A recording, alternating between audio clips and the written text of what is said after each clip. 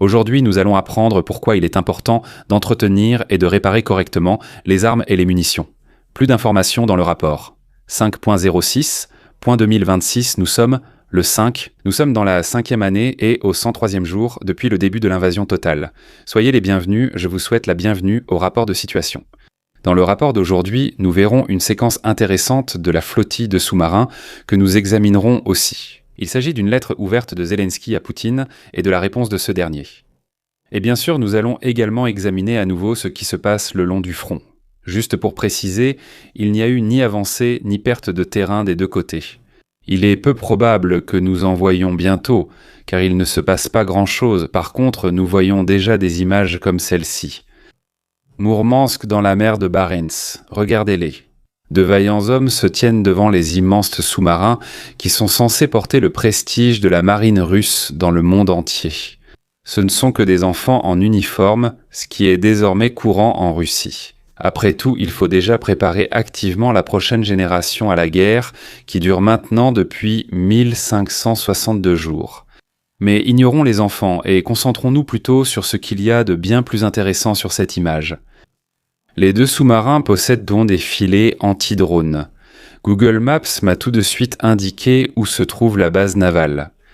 Et là, j'ai déjà pu repérer les deux sous-marins sur l'image, juste à quai. D'ici jusqu'à la frontière ukrainienne, il y a environ 2000 km. Si les Russes tendent déjà ici des filets anti-drones au-dessus des sous-marins, on peut imaginer ce que les Russes attendent désormais des Ukrainiens.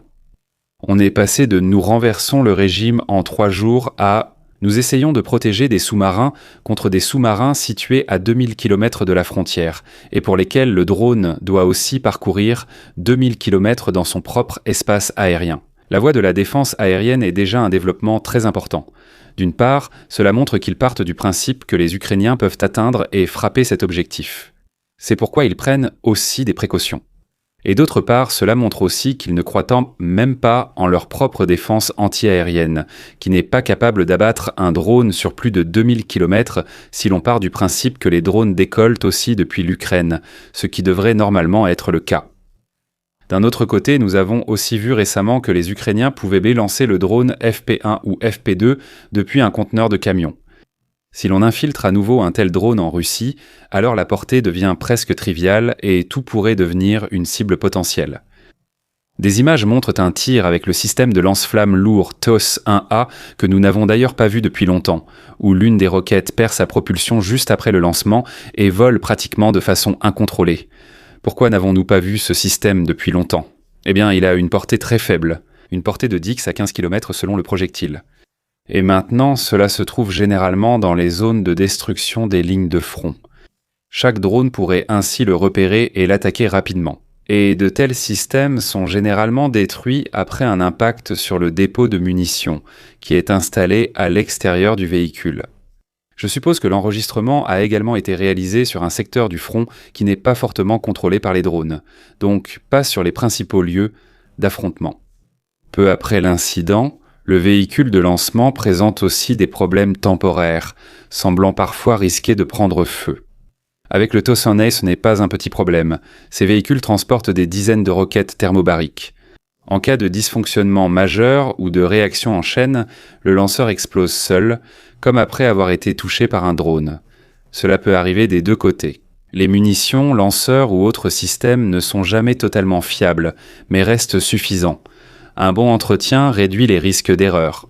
Mais les deux pays, et on peut le dire ainsi, n'accordent souvent pas beaucoup d'importance aux inspections et à la maintenance. Pour être honnête, je n'aime pas vraiment faire des reportages sur Kherson. C'est justement là que, depuis des années, les incidents se multiplient. Incidents qui sont régulièrement discutés comme des crimes de guerre. Des attaques dites double tape, où une cible essaie frapper puis, à l'arrivée des secours, une autre frappe aérienne a lieu, des tirs sur les secouristes, des attaques contre les installations de l'ONU, ou même récemment contre le convoi de l'ONU dans la région. Des attaques régulières de drones visent aussi des civils et des infrastructures le long du Dnipro. Ici, nous voyons à nouveau des attaques ciblées de drones contre des civils qui vivent le long du front. Malheureusement, l'incident actuel s'inscrit à nouveau dans un schéma que nous voyons trop souvent. Une attaque de drones russes a touché une ambulance à Kherson. Un ambulancier de 64 ans et un chauffeur de 65 ans ont été blessés lors de l'attaque. Tous deux ont subi des blessures par éclats et des commotions, montrant que Kherson n'est plus seulement une région de première ligne. La ville est devenue un endroit où les services de secours, les bénévoles, les véhicules civils et les habitants sont constamment la cible d'attaques. C'est précisément pour cette raison que beaucoup de ces informations ne semblent plus être des cas isolés, mais plutôt faire partie d'un schéma récurrent qui est devenu ici, en ville, une triste réalité, car nous voyons ici comment le drone frappe directement l'ambulance. Les forces ukrainiennes pour les systèmes sans pilote étendent à nouveau les attaques contre la logistique russe, en mer d'Azov. Dans la nuit du 5, selon les autorités ukrainiennes, 5 navires ont été attaqués à Mariupol, Berdiansk ainsi que dans les eaux côtières du sud occupées de l'Ukraine. Les cibles étaient des cargos et un pétrolier utilisé pour le transport et les missions de ravitaillement entre les ports occupés. Les 5 navires auraient tous été touchés avec succès par des sanctions cinétiques. C'est intéressant parce que la campagne ukrainienne contre la logistique russe s'est désormais étendue à presque toutes les voies de transport. Les routes sont surveillées précisément par des drones de moyenne portée et des véhicules sont attaqués. Les liaisons ferroviaires sont de plus en plus sous pression. Et maintenant, ce sont aussi les navires en mer d'Azov qui sont visés. Les navires près de Mariupol et Berdiansk jouent un rôle important pour la Russie dans le transport de carburant. À proximité des zones occupées. Chaque attaque contre les navires augmente la charge pour la logistique russe. Moscou doit mobiliser plus de ressources pour se protéger. Il y a peu, l'attention se portait surtout sur les dépôts de carburant et les colonnes de camions. Désormais, routes, voies ferrées, ports, pétroliers, cargos et infrastructures de carburant sont attaqués en même temps. Le schéma devient donc de plus en plus clair. L'Ukraine essaie non seulement de tenir le front, mais aussi de s'attaquer à toute la chaîne d'approvisionnement qui se trouve derrière.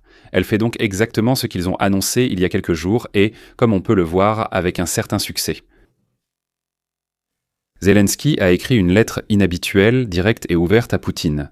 Il ne s'agit pas d'un cessez-le-feu en soi, mais plutôt de la question fondamentale de savoir comment cette guerre pourrait être terminée. Il rappelle d'abord que Poutine est au pouvoir depuis 26 ans et qu'il a passé une grande partie de ce temps en guerre contre l'Ukraine. Le président ukrainien souligne que sous Poutine, les relations entre les deux pays ont radicalement changé. Autrefois axées sur le commerce et la coopération, elles se résument désormais à des attaques, des pertes et des destructions. La lettre aborde aussi les conséquences de la guerre pour la Russie. Zelensky souligne les attaques ukrainiennes à longue portée, les problèmes de carburant, les sanctions, les difficultés économiques et les lourdes pertes russes sur le front. Zelensky reproche à Poutine de revoir sans cesse ses objectifs de guerre, alors que l'Ukraine résiste malgré les prévisions. Il est particulièrement intéressant de noter que la lettre ne reçoit pas seulement des critiques, mais contient également une offre concrète. Zelensky propose des discussions directes entre lui et Poutine, accompagnées d'un cessez-le-feu total pendant toute la durée des négociations. Il mentionne aussi un échange de tous les prisonniers et des garanties de sécurité internationale avec l'Europe et les États-Unis comme base d'un processus de paix. Son argument central est que la ligne de front actuelle doit être le point de départ de la diplomatie, non pas des groupes de travail sans fin ou de nouveaux accords de Minsk, mais des décisions politiques directes au plus haut niveau. Vladimir Poutine a finalement rejeté cette offre, ce qui montre clairement, selon l'Ukraine, pourquoi les négociations de paix échouent actuellement. La lettre comporte de nombreux messages politiques, dont certains seront sûrement vus comme provocateurs à Moscou. En même temps, il y a une proposition concrète pour des discussions, un cessez-le-feu et un échange de prisonniers sur la table. Et ces discussions seraient vraiment des discussions directes et non des discussions entre représentants. Mais la réponse russe n'était pas une contre-proposition, mais un refus. Cela donne l'impression que le Kremlin privilégie la voie militaire pour atteindre ses objectifs, plutôt que les négociations directes. Pour Kiev, c'est un argument supplémentaire en faveur de la thèse selon laquelle cette guerre ne se poursuit pas, parce que personne ne veut discuter, mais parce que Moscou veut la continuer. Le moment a été, choisi délibérément, à mon avis. Les Ukrainiens exercent depuis des jours une forte pression sur les lignes d'approvisionnement russes et montrent de quoi ils sont capables. Ensuite, on essaie, avec une lettre ouverte, de montrer qu'on est prêt à discuter et qu'on pourrait tout arrêter maintenant. Et cela est rejeté. Il est possible que les Ukrainiens continuent maintenant d'escalader et visent côté d'autres cibles prestigieuses, comme le pont de Kerch par exemple, car le pont de Kerch devient de plus en plus intéressant, étant donné que l'approvisionnement en Crimée est actuellement très menacé. Restons sur la route d'approvisionnement du Sud. Les pertes sont désormais aussi élevées que ces derniers jours. Nous avons ici bien plus de 300 véhicules au total qui ont été détruits. La plupart sont le long de la route d'approvisionnement. Que faire dans ce cas? Eh bien, améliorer la défense aérienne, envoyer plus de soldats ou développer des contre-mesures. Les trois seraient de bonnes idées. Les Russes ont commencé à installer de fausses cibles. Un pilote de drone ukrainien est censé penser qu'il y a un vrai véhicule ici, alors qu'il ne s'agit en réalité que d'une maquette. Ici, ils ont même placé un mannequin en dessous pour donner l'impression qu'ils sont en train de réparer une voiture. Je le dis, les Russes ont toujours été extrêmement créatifs quand il s'agit d'improviser. Et sur ce, je remercie tous les abonnés, les membres de la chaîne et l'ancienne équipe des algues. Un remerciement particulier à lieutenant-colonel Rennecke, Stiller, Dietrich, Freddy et Meyerhofer. N'hésitez pas à vous abonner, à liker et à laisser des commentaires. À la prochaine pour le prochain rapport de situation.